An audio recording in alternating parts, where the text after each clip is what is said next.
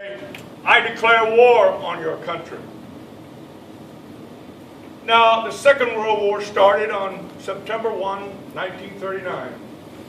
It ended on September 2nd, 1945. 6 years and 1 day. And in those 6 years, there were 102 declarations of war in those 6 years. And here's just a few. In 1939, Russia declared war on Poland. In 1939, Paul declared war on Germany. In 1940, England declared war on Iceland. Italy declared war on Egypt. In 1941, Italy and Hungary, they declared war on Yugoslavia. And Finland declared war on Russia. In 1942, Australia declared war on Bulgaria, and Mexico declared war on Germany. 1943, Bolivia, it declared war on Italy, and Colombia did the same thing to Germany. 1944, Romania declared war on Finland, and Germany declared war on Finland. In 1945, the year the war ended, Ecuador declared war on Japan, and Egypt declared war on Japan in 1945.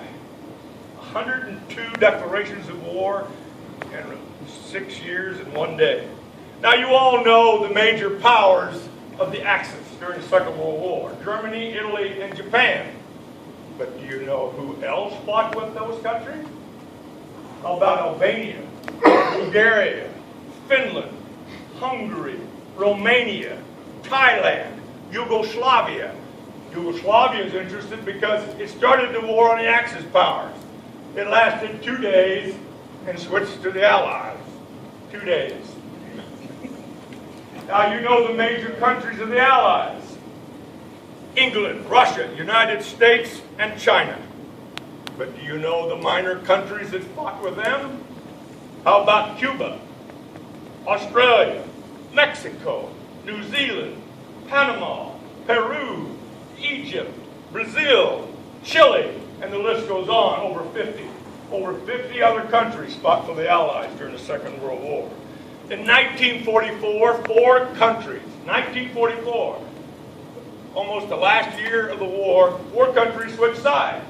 Romania, Bulgaria, Hungary, and Finland, they switched sides in 1944. So now that brings me to the countries that were neutral.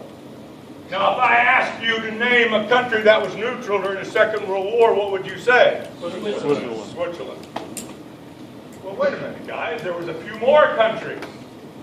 How about Ireland, Portugal, Spain, Sweden, Monaco, the Vatican City, Afghanistan, Saudi Arabia, Turkey, Tibet, Monaco, Argentina, Chile, Peru, and Venezuela. Now, Ireland was neutral through the entire war. Although she was being bombed by the Germans during the Second World War, she stayed neutral through the entire war. Portugal stayed neutral also, but she had very close ties to England.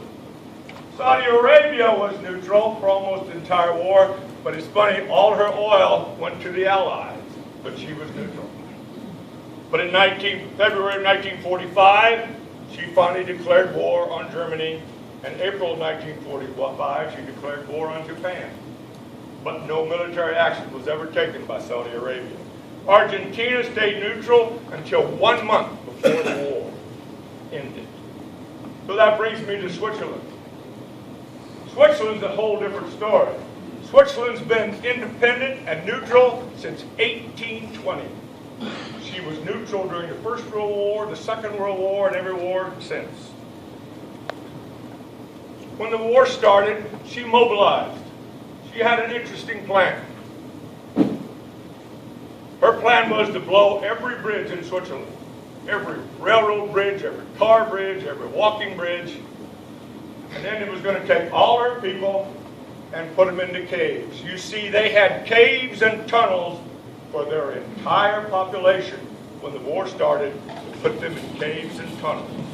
So they were going to blow their bridges and make Germany have a real hard time finding them. But of course the invasion never came. If you look at a map, Germany sits here and Italy sits here. And right between sits Switzerland. Hitler finally realized that he was sending supplies through Switzerland on trains down to Italy. Italy was sending Jewish refugees on the trains through Switzerland to German concentration camps. And the Swiss people knew this. During the war, Switzerland turned back over 150,000 Jewish refugees. They would not let them in their country. But the main reason they did that was because they just didn't have a place to put them and they couldn't feed them. So they turned them away. The northern border of Switzerland, during the entire length of the war, had skirmishes with German soldiers on its northern border and Germany's southern border. They fought continuously. Rifle fire, back and forth, during the whole entire war. The Allies were told not to fly over Switzerland, but somewhere along the line, a bunch of them made some mistakes in navigation, and the Allies actually bombed Switzerland on numerous occasions and killed a lot of Swiss people. It was an accident, but it did happen. Over 250 aircraft crashed or had to do emergency landing in Switzerland during the war. Some U.S. airmen were imprisoned there for the rest of the war. They were not allowed to leave Switzerland. They had to stay there. Some of them tried to escape, but the Swiss caught them and made them stay. Switzerland today is still neutral. She has an army and an air force. She has over 300 aircraft. Fixed-wing helicopters. She has over 50 F-18 Hornets that she has bought to the United States. An interesting part of it is, Switzerland, when you turn 19, you must join the military in Switzerland. 19, you're in the military. But an interesting fact, it's kind of like a big reserve unit. When they go home at night, they take their rifle home with them. And they take their ammunition. Switzerland still sends people to the United Nations peacekeeping missions throughout the world.